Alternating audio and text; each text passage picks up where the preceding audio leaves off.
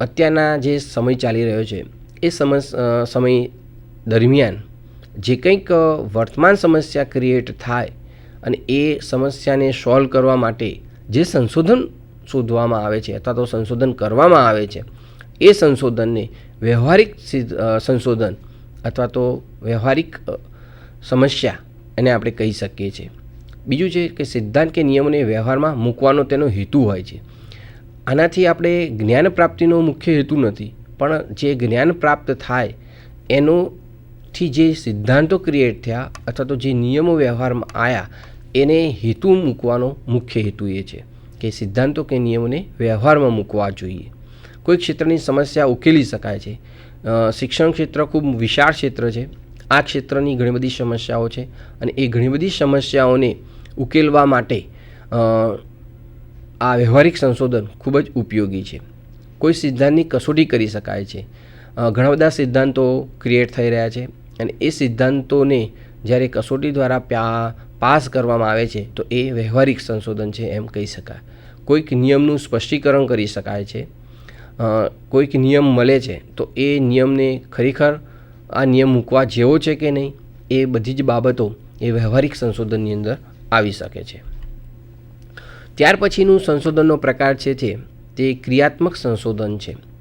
ક્રિયાત્મક સંશોધન એ વ્યવહારિક સંશોધનનો જ એક પ્રકાર છે. સ્થાનિક સમસ્યાના ઉકેલ અર્થે હાથ ધરવામાં આવતા સંશોધનના પરિણામોનું સામાન્યકરણ કરી શકાય નહીં.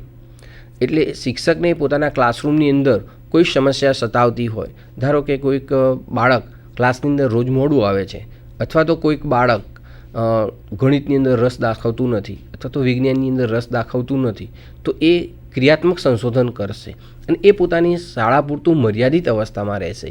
એ આખા ગુજરાતની બધી શાળાઓમાં અથવા તો ગુજરાતની દરેક સ્કૂલની અંદર એપ્લાય કરી શકાશે નહીં. એ માત્ર ને માત્ર એની સ્કૂલ પૂરતું, એક ક્લાસ પૂરતું મર્યાદિત રહેશે. તો આ છે ક્રિયાત્મક સંશોધન. બીજું છે સમસ્યા અનુભવનાર પોતે જ સંશોધન હાથ ધરે છે અને પોતાની સમસ્યાનો ઉકેલ મેળવી અમલમાં મૂકવાની એ બાબત એ ક્રિયાત્મક સંશોધનનું હાથ છે.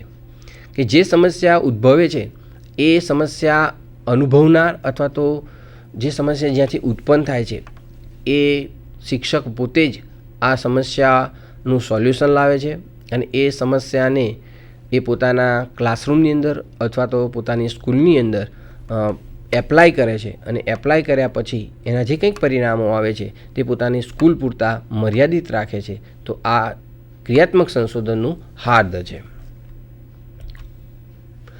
ત્યાર પછી કેટલાક કેળવણીકારોએ જુદી જુદી રીતે સંશોધનના પ્રકાર આપવાનો પ્રયત્ન કર્યો છે. તો એના પર પણ આપણે કેટલીક નજર નાખી લઈએ. તો સંશોધન સી રીતે હાથ ધરવામાં આવે છે તેના આધારે પણ સંશોધનના બે પ્રકાર પડે છે. એક છે સંખ્યાત્મક સંશોધન અને બીજું જ છે ગુણાત્મક સંશોધન. આપણે સંખ્યાત્મક સંશોધન વિશે વાત કરીએ. આ પ્રકારનું સંશોધન છે એ સંખ્યાત્મક માપ પર આધારિત હોય છે. અભ્યાસ હેઠળની ઘટના કે જેનું માપન પ્રમાણિત સાધનો જેવા કે પ્રશ્નાવલી, કસોટીઓ, સંશોધનિકા વડે કરીને મોટા નમૂના પાસેથી સંખ્યા સ્વરૂપે માહિતી મેળવાય છે. તો એ સંખ્યાત્મક સંશોધન છે. સંખ્યાત્મક સંશોધનની અંદર મુખ્યત્વે સંખ્યા કેન્દ્રમાં હોય છે. પ્રશ્નાવલી દ્વારા જે ડેટા કલેક્ટ થાય છે, કસોટી દ્વારા જે ડેટા કલેક્ટ થાય છે, સંશોધનિક દ્વારા જે ડેટા કલેક્ટ થાય છે એ બધા સંખ્યાના રૂપમાં આવે છે અને એ સંખ્યાના રૂપમાં આવતા સંશોધનો ઉપર અંકશાસ્ત્રીય પૃથ્થકરણ કરી અને ત્યાર પછી જે સંશોધન થાય છે એ સંખ્યાત્મક સંશોધન છે એમ કહી શકાય. સંખ્યાત્મક સંશોધનની અંદર ઔપચારિક કે નિયંત્રિત પરિસ્થિતિ હેઠળ નમૂનાના પાત્રોમાં અવલોકનક્ષમ્ય વર્તનો પરથી એકત્રિત કરાયેલી મર્યાદિત અને સંખ્યાત્મક માહિતીનું અંકશાસ્ત્રીય પૃથ્થકરણ કરીને સંખ્યાત્મક સંશોધન હેઠળની ઘટનાઓના સંદર્ભમાં પરિણામો મેળવવામાં આવે છે. એટલે ચોક્કસ પરિસ્થિતિની અંદર નિયંત્રિત નમૂનાની અંદર એના અવલોકનો માપવામાં આવે છે અથવા તો એના અભિપ્રાયો લેવામાં આવે છે અને ચોક્કસ અંકશાસ્ત્રીય પૃથ્થકરણ કરીને એનું સંખ્યાત્મક સંશોધન હેઠળ કેટલાક પરિણામો મેળવવામાં આવે છે. તો આ છે સંખ્યાત્મક સંશોધન. સંખ્યાત્મક સંશોધન એ નિગમાત્મક હોય છે, અનાત્મલક્ષી હોય છે, કેન્દ્રિત હોય છે અને પરિણામલક્ષી હોય છે. ત્યાર પછીનો જે છે તે સામાન્ય ચલો વચ્ચેના સંબંધોને અભ્યાસ કરવામાં ઉપયોગી એવા આ સંશોધનો પ્રમાણમાં ઝડપથી હાથ ધરી શકાય છે, તેમજ પ્રાપ્ત પરિણામો વ્યાપ વિશ્વને લાગુ પાડી શકાય છે. સામાન્ય આપણે જે ચલોનો ઉપયોગ કરીએ છીએ એ ચલો વચ્ચેના સંબંધોનો અભ્યાસ કેવા પ્રકારે કરીએ છીએ કે જેથી એ ઝડપથી રિઝલ્ટ મળે. તો આ પ્રકારના સંશોધનો જે છે એ ઝડપથી હાથ ધરી શકાય છે અને એના પરિણામો જે છે એ વ્યાપ વિશ્વને લાગુ પડી શકાય છે. નમૂનો પણ ખૂબ મોટો લેવામાં આવે છે અને નમૂના આધારિત જે અંકશાસ્ત્રીય પૃથ્થકરણ થાય છે એના પરિણામો આપણે વ્યાપ વિશ્વને લાગુ પાડી શકીએ છીએ. ગુણાત્મક સંશોધન.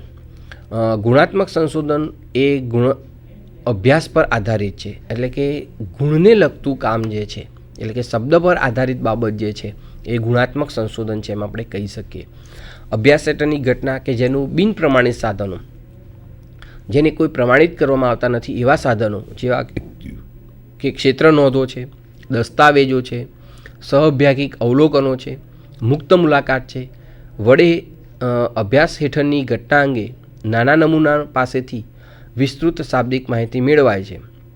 જ્યારે પણ બિન પ્રમાણિત સાધનો દ્વારા માહિતી ભેગી કરવામાં આવે છે, કોઈની મુલાકાત લો, કોઈક દસ્તાવેજોને ચકાસો, કોઈક અવલોકનો કરો, અથવા તો મુક્ત મુલાકાત લો, અથવા તો કોઈકની નોંધ તપાસો, તો એ નમૂના પાસેથી જે માહિતી મળે છે એ બધી માત્ર શાબ્દિક હોય છે. અને શાબ્દિક માહિતી હોય તો એ શાબ્દિક માહિતીને જ્યારે અર્થઘટન કરી અને જે રૂપમાં ફોર્મમાં મૂકવામાં આવે છે તો એ ગુણાત્મક સંશોધન છે એમ કહી શકાય. આ સંશોધનની અંદર શબ્દ કેન્દ્રમાં હોય છે. ગુણાત્મક સંશોધનમાં કુદરતી પરિસ્થિતિમાં ઘણા ચલ અંગે બહુપદ્ધતિ રીતે વિસ્તૃત અને શાબ્દિક માહિતી એક કરવામાં આવે છે, જેનું અર્થઘટનાત્મક પૃથ્થકરણ કરીને અભ્યાસ હેઠળની ઘટનાને લાગતી ઊંડી સમજ મેળવવામાં આવે છે. જ્યારે પણ કુદરતી પરિસ્થિતિની અંદર કોઈક ચલ ભેગા કરવામાં આવે અથવા તો ઘણા બધા ચલો હોય તો એ ચલોની વિસ્તૃત માહિતી ભેગી કરવા માટે એમના માટેથી શાબ્દિક માહિતી ભેગી કરવામાં આવે છે અને એનું અર્થઘટનાત્મક પૃથ્થકરણ કરી અને માહિતી જ્યારે મેળવવામાં આવે છે તો એ ગુણાત્મક પૃથ્થકરણ છે એમ કહી શકાય. આ પ્રકારનું સંશોધન આગમનાત્મક, આત્મલક્ષી, સમગ્રલક્ષી અને પ્રક્રિયાલક્ષી હોય છે. એટલે કે જ્યારે આ સંશોધન હોય તો એની અંદર સંશોધક પોતે પોતાનું કંઈક વસ્તુ ઉમેરી શકતું નથી, એટલે કે આત્મલક્ષીપણું હોય છે. સમગ્રલક્ષી હોય કે ઘણી બધી બાબતોને એની અંદર સાંકળી લેવામાં આવી હોય, અને પ્રક્રિયાલક્ષી છે, કોઈને કોઈ પ્રક્રિયા અંદર કામ કરતી હોય તો એ ગુણાત્મક સંશોધન છે એમ આપણે કહી શકીએ. સામાન્ય તે વિશિષ્ટ સંસ્થા અથવા તો પરિસ્થિતિ, સમાજ, લોકોના જૂથ વગેરેના અભ્યાસમાં ઉપયોગી એવા આ સંશોધનના કારણો, અર્થઘટનો અને ફલિતાર્થો પર ભાર મૂકે છે. પ્રમાણમાં વધુ સમય લાગે છે તેમજ પ્રાપ્ત પરિણામોની સામાન્યકૃતતા ઓછી હોય છે. કોઈ ચોક્કસ સંસ્થા, સમાજ, લોકોના જૂથ વગેરેને જ્યારે સાંકળી લેવામાં આવે છે અથવા તો એમના ઉપર જ્યારે આ પ્રયત્ન કરવામાં આવે છે તો એના જે પરિણામો મળે છે એ બધા માટે સર્વસામાન્ય ન હોઈ શકે. એ ચોક્કસ વ્યક્તિ પૂરતા હોય, ચોક્કસ સંસ્થા પૂરતા હોય, અથવા તો કોઈ ચોક્કસ બાબતને લગતા હોય, તો એનું સામાન્યીકરણ કરી શકાય નહીં. તો આ છે ગુણાત્મક સંશોધન. ત્યાર પછી સમયના આધારે, એટલે કે સંશોધન સમસ્યા કયા સમયના સંદર્ભમાં છે તેના આધારે પણ સંશોધનના પ્રકાર પાડવામાં આવે છે. તો એમાં 3 પ્રકાર છે: ઐતિહાસિક સંશોધન, વર્ણનાત્મક સંશોધન અને પ્રાયોગિક સંશોધન. સૌપ્રથમ આપણે ઐતિહાસિક સંશોધન જોઈએ. તો જે સંશોધનો અથવા તો જે સંશોધન સમસ્યા ભૂતકાળમાં બનેલી ઘટનાના સંદર્ભમાં હોય તો તે ઐતિહાસિક સંશોધન છે એમ કહી શકાય. અહીં ઘટના શું હતી અને શા કારણે ઉદ્ભવી હતી તેની તપાસ કરવામાં આવે છે. ભૂતકાળમાં ઘણી બધી ઘટનાઓ બની ઘટેલી હોય છે અથવા તો ઘણી બધી ઘટનાઓ ઘટતી હોય છે. તો એ ઘટનાઓને ધ્યાનમાં રાખી અને જ્યારે સંશોધન કરવામાં આવે છે તો એ ઐતિહાસિક સંશોધનો કહી શકાય. આ ઘટના કેમ બની હતી અને એની પાછળ કયા કયા કારણો જવાબદાર હતા, આ બધી બાબતોની જ્યારે તપાસ કરવામાં આવે છે તો એ ઐતિહાસિક સંશોધન છે એમ આપણે કહી શકીએ. વર્ણનાત્મક સંશોધન. જો સંશોધન સમસ્યા વર્તમાન પરિસ્થિતિ કે ઘટનાના સંદર્ભમાં હોય તો તે વર્ણનાત્મક સંશોધન છે એમ કહી શકાય. વર્તમાન પરિસ્થિતિની અંદર ઘણી બધી ઘટનાઓ બનતી હોય છે અને એ ઘટનાના સંદર્ભમાં જ્યારે એ સંશોધન કરવાનું થાય તો એ વર્ણનાત્મક સંશોધન છે એમ આપણે કહી શકીએ. વર્તમાન સમયની અંદર જુદી જુદી પરિસ્થિતિઓ ઉત્પન્ન થતી હોય છે અને એ પરિસ્થિતિઓને જ્યારે ધ્યાનમાં રાખીને સંશોધન થાય તો એ વર્ણનાત્મક સંશોધન છે એમ આપણે કહી શકીએ. ત્યાર પછી છે પ્રાયોગિક સંશોધન. જો સંશોધન સમસ્યા ભવિષ્યમાં શું બનશે તેને લગતા અનુમાનના સંદર્ભમાં હોય તો તે પ્રાયોગિક સંશોધન છે એમ કહી શકાય. ભવિષ્યમાં કઈ કઈ ઘટનાઓ બનશે એને ધ્યાનમાં રાખીને જે સંશોધન કરીએ એ પ્રાયોગિક સંશોધન છે. કોઈ નવું કે અલગ વિચારીને તેને અમલમાં મૂકવામાં આવે છે કે વર્તમાન પરિસ્થિતિમાં ફેરફાર લાવવામાં આવે છે અને તેની શી અસર થાય છે તે તપાસવામાં આવે છે. અહીં નિયંત્રિત પરિસ્થિતિમાં પ્રયોગ હાથ ધરવામાં આવે છે.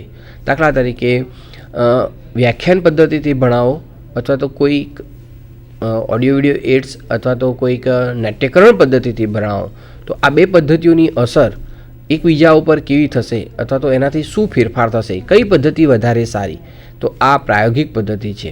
તો આ પ્રાયોગિક પદ્ધતિ એ ભવિષ્યમાં કઈ પદ્ધતિઓ આપણે એપ્લાય કરવી શકીએ અને એના દ્વારા શિક્ષણની અંદર આપણે શું ફેરફાર લાવી શકીએ, તો એ ફેરફાર લાવવા માટે પ્રાયોગિક પદ્ધતિ અથવા તો પ્રાયોગિક સંશોધન જે છે એ ખૂબ જ ઉપયોગી હોય છે. અહીંયા ચોક્કસ નિયંત્રણ પરિસ્થિતિની અંદર પ્રયોગ હાથ ધરવામાં આવે છે કારણ કે કેટલીક બાબતો એવી હોય છે કે જે બાબતોને અહીં આપણે નિયંત્રિત કરવી પડે છે કારણ કે કેટલાક ચલો ત્યાં અસર કરતા હોય છે. તો આ ચલો અસર ન કરે એટલા માટે નિયંત્રિત પ્રયોગ હાથ ધરવામાં આવતો હોય છે.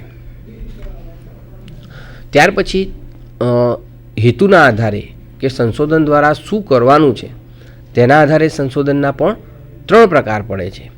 પહેલું છે વર્ણનાત્મક સંશોધન, તુલનાત્મક સંશોધન અને મૂલ્યાંકનાત્મક સંશોધન. વર્ણનાત્મક સંશોધન તો આ પ્રકારના સંશોધન અભ્યાસ હેઠળની પરિસ્થિતિ કે ઘટનાનું માત્ર વર્ણન કરવાનું હોય છે. કોઈ પરિસ્થિતિ કે બનાવના સીમિત વ્યાપને ધ્યાનમાં લઈને ઉપકરણ વડે માહિતી મેળવીને રજૂઆત કરવાનું જે કામ હોય છે તો એ અથવા તો નિયમો કે નિર્ણયોનું અનુમાન કરવાનું હોય છે તો એ બધું કામ જે છે એ વર્ણનાત્મક સંશોધન છે એમ કહી શકાય. આ સંશોધન હેઠળ માત્ર વર્ણન જ કરવાનું હોય છે, આખું ડિટેલ્સમાં બધી માહિતી આપવાની હોતી નથી, તો એ વર્ણનાત્મક સંશોધન છે એમ કહી શકાય. ત્યાર પછી છે તુલનાત્મક સંશોધન. આ પ્રકારના સંશોધનમાં એક કરતાં વધુ પરિસ્થિતિ કે પોતાના જૂથોને લગતી કોઈ ખાસ પ્રકારની માહિતીને એકત્રિત કરવામાં આવે છે અને ત્યારબાદ માહિતીના આધારે તેમની તુલના કરવામાં આવે છે કે જેના આધારે કોઈ જૂથ બીજા કરતાં ચડિયાતું છે કે કેમ તે અંગે તુલનાત્મક નિર્ણય લેવામાં આવે છે.